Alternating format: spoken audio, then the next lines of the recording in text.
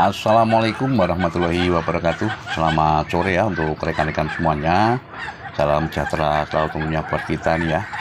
Semoga untuk kesempatan kali ini kita dan ternak-ternak kita ini senantiasa diberi kesehatan dan tentunya juga senantiasa diberi kelancaran.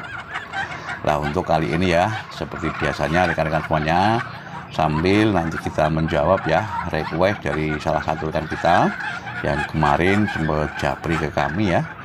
Beliau bertanya mengenai apakah untuk kendala terbesar di dalam beternak endok sistem pembibitan. Nah, tapi sebelumnya untuk pertanyaan itu kita jawab ya. Seperti biasa juga untuk momen sore hari ini ya, kita yang ada di kandang tower sedang mempersiapkan makan sore. Nah, inilah ya penampakannya ketika jam 4:10 ya di saat ini. Penampakan dari kandang kami untuk endok-endok kita sedang mempersiapkan waktu makan.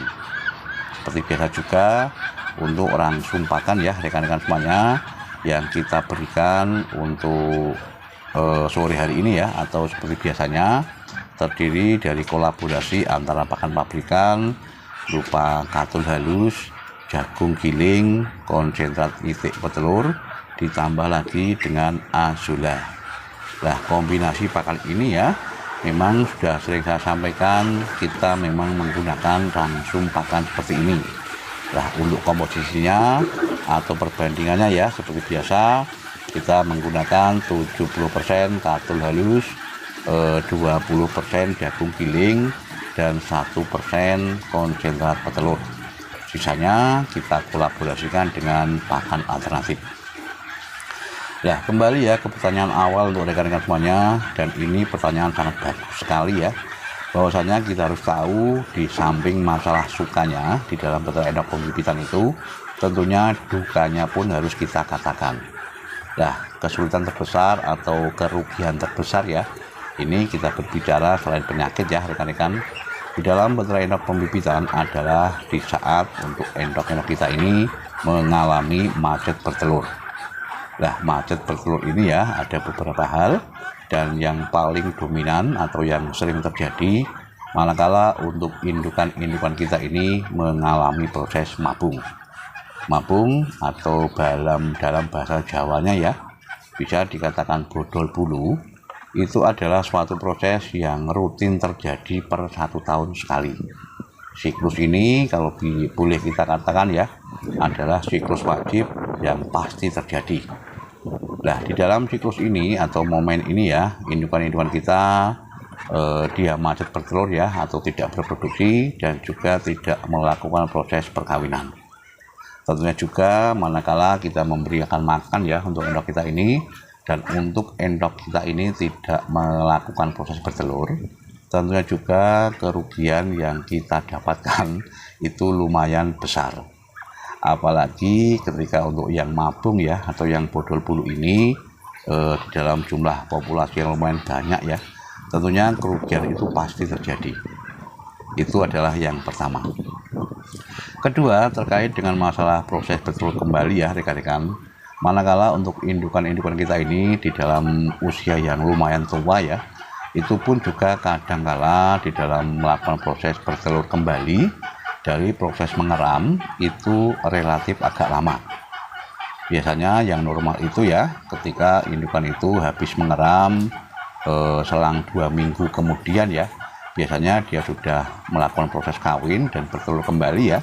Dan apabila untuk indukan kita ini indukan yang sudah menua, biasanya untuk momen atau untuk waktu yang diperlukan untuk kawin dan bertelur kembali ini agak lumayan lama. Nah, tentunya juga masalah ini ya juga menyebabkan untuk biaya pakan yang kita keluarkan juga lumayan besar ya rekan-rekan, dikarenakan untuk proses dari mengeram untuk kawin kembali dan bertelur itu memerlukan waktu yang relatif lama. Nah, itu adalah 2 hal yang sering ya kita jumpai manakala kita melakukan proses beternak endok sistem pembibitan. Untuk masalah bodol bulu ya yang perlu dicatat, siklus ini adalah siklus wajib ya, seperti tadi yang sudah saya sampaikan, siklus ini terjadi per 1 tahun sekali. Nah, ini dihitung dari masa awal produksi ya. Ketika untuk indukan kita ini dari siapan melakukan proses produksi, kemudian dalam kurun waktu 1 tahun itu pasti mengalami yang namanya bodol bulu.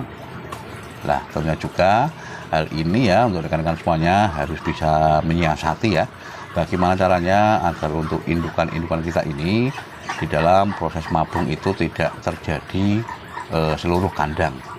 Dalam artian seluruh populasi ya, ketika mengalami proses mabung, tentunya juga kerugian yang kita alami ya di dalam hal masalah pemberian pakan itu pun akan relatif besar. Nah, solusinya kalau kami ya rekan-rekan semuanya, kita memang untuk indukan ya atau siapan yang kita masukkan ke kandang utama ini untuk usianya itu bervariasi. Nah, ini tujuannya agar ketika mereka melakukan proses mabung ya, itu tidak bersamaan dan ada sebagian dari indukan-indukan kita ini yang melakukan proses produksi. Nah, itu tadi ya, 2 kerugian yang sering kami alami ini untuk rekan-rekan semuanya, dan hal ini tentunya juga nanti akan terkait dengan jumlah produksi DOE yang dihasilkan. Makanya untuk jumlah produksi DOE ya, di dalam satu kandang ini atau kandang kami ini ya, untuk jumlahnya tidak bisa stabil. Dalam artian untuk jumlah per bulannya itu tidak bisa tetap ya, dan ini dikarenakan memang ada beberapa ekor indukan yang mengalami proses mabung. Nah, kemudian juga ya, kendala yang sering kita hadapi lagi adalah di masalah cuaca. Manakala cuaca yang condong panas seperti ini ya rekan-rekan, untuk masalah penetasan atau pengeraman dari indukan-indukan kita ini mengalami banyak kegagalan. Banyak sekali ya telur-telur yang di dalam petarangan itu mengalami kopyor ya, dikarenakan memang untuk suhu dari cuaca ini ya memang sangat luar biasa panas. Nah, kalau hal ini ya, kalau terkait dengan masalah cuaca, kita memang untuk mengatasi ya atau mencari solusi memang agak lumayan sulit. Nah, biasanya kita menyediakan untuk kolam ya, agar manakala untuk indukan-indukan kita ini yang di dalam proses pengeraman ya, ketika untuk suhunya terlalu panas, dia akan otomatis turun mencari air. Nah, air kolam ini memang kita fungsikan untuk bisa menetralkan suhu waktu indukan-indukan kita melakukan proses pengeraman. Nah, itu tadi ya untuk rekan-rekan semuanya, kendala yang sering kita alami ya di dalam menekuni usaha beternak endok, terutama untuk usaha terendok sistem pembibitan. Yang pertama adalah di momen mabung ya, dan yang kedua ada momen untuk indukan tersebut melakukan proses produksi terlalu lama, dan yang ketiga adalah masalah cuaca. Nah, semoga saja untuk apa yang saya sampaikan ini ya bisa bermanfaat untuk rekan-rekan semuanya, dan yang perlu diingat ya bahwasanya ini adalah versi dari kami yang ada di kandang tower. Tetap semangat ya untuk semuanya. Ayo ternak gen kepenak.